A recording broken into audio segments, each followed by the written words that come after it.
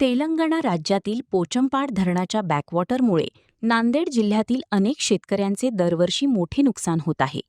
वारंवार मागणी करूनही मदत दिली जात नसल्यामुळे नांदेड जिल्ह्यातील 8 तालुक्यातील बाधित शेतकऱ्यांनी आज धर्माबाद ते नांदेड असा भव्य पायी मोर्चा काढला. हा मोर्चा आज जिल्हाधिकारी कार्यालयावर धडकला. जिल्हा शेतकरी कृती समितीच्या वतीने या मोर्चाचे आयोजन करण्यात आले होते. पोचमपाड बॅकवॉटर पूरग्रस्त शेतकऱ्यांना कोल्हापूरच्या धर्तीवर विशेष पॅकेज देण्यात यावे. पूरग्रस्त शेतकऱ्यांना धरणग्रस्त प्रमाणपत्र देण्यात यावे. पूररेषा अंतर्गत गावांचे वेगळे महसूल मंडळ स्थापन करावे. तसेच पूरग्रस्त शेतकऱ्यांना पीक कापणी प्रयोगाची अट रद्द करून 100% पीक विमा देण्यात यावा, यासह शेतकऱ्यांच्या अन्य महत्त्वाच्या मागण्यांसाठी हा मोर्चा काढण्यात आला आहे. जिल्हा जन आंदोलन संघर्ष समितीच्या वतीनं गेल्या 45 वर्षापासून पोचमपाडच्या बॅकवॉटरमध्ये बाधित असणाऱ्या शेतकऱ्यांनी हा एक ठिकाणी मोर्चाद्वारे आपला रोष व्यक्त केलेला आहे. 1983ला तेलंगणामध्ये जे पोचमपाड श्रीराम सागर या नावानं ओळखलं जातं त्या धरणाची निर्मिती झाली. धरण निर्मिती झाल्यानंतर त्याच्या वरच्या बाजूला जो फुगोटामध्ये बॅकवॉटरचा पाणी येतो, जवळपास 8 तालुके त्याच्यामध्ये बाधित आहेत.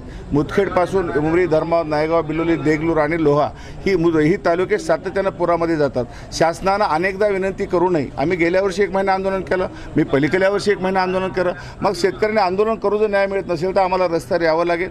त्या अनुषंगानं ह्या पूरग्रस्त भागातील शेतकऱ्यांनी आपल्या विविध मागण्यासाठी जिल्हाधिकाऱ्यावर हा मोर्चा आणला.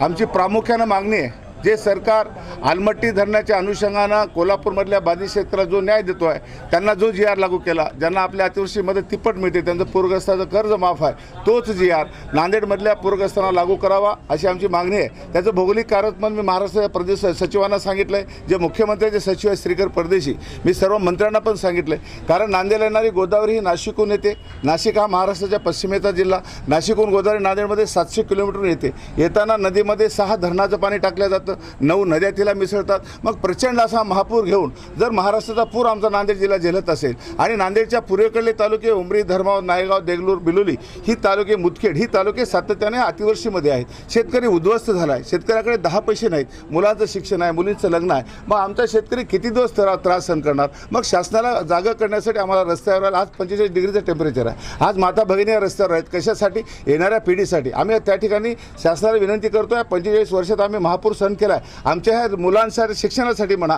धरणग्रस्ताचं प्रमाणपत्र द्या. ज्या ठिकाणाहून पूर गेला आहे, मी शासनाकडे स्वतः साहेबाकडे माझी बैठक झाली प्रदेश सचिव साहेबांकडे, की जो भाग पूरग्रस्त आहे अशा ठिकाणी कापणीपर्यंत तुम्ही कशाची पंचनामे करत आहात? ह्या लोकांना 100% पीक विमा लागू करा, जेणेकरून शेतकरी उभं टाकेल. याच अनुषंगानं पूरग्रस्त शेतकरी गरीब आहे, त्यांना खतासाठी सबसिडी द्या आणि आमच्या भागातल्या लोकांना एक न्याय द्या, ही मागणी मी शासनाकडे मोर्चाद्वारे केली आहे. मी धर्माबाद तालुका नायगाव धमधून मोर्चा निघण्यात आला ते नांदेड कलेक्टर ऑफिसमध्ये.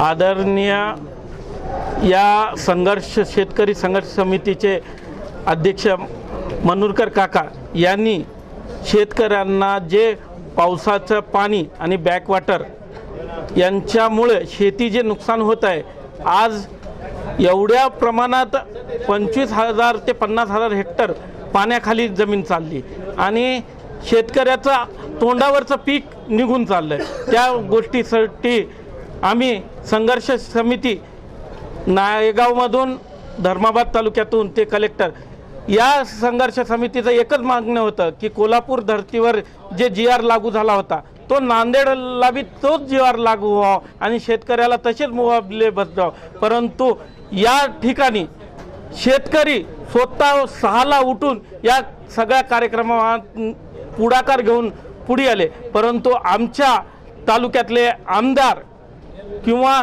पदाधिकारी कोणी झाले नाहीत आणि स्वतःला तर शेतकरी नेते म्हणतात आणि शेतकऱ्या स्वतः झोपून AC मध्ये आहेत आणि शेतकरी एवढ्या उन्हाच्या तळतळामध्ये आज कलेक्टर ऑफिसला येऊन निवेदन देतात.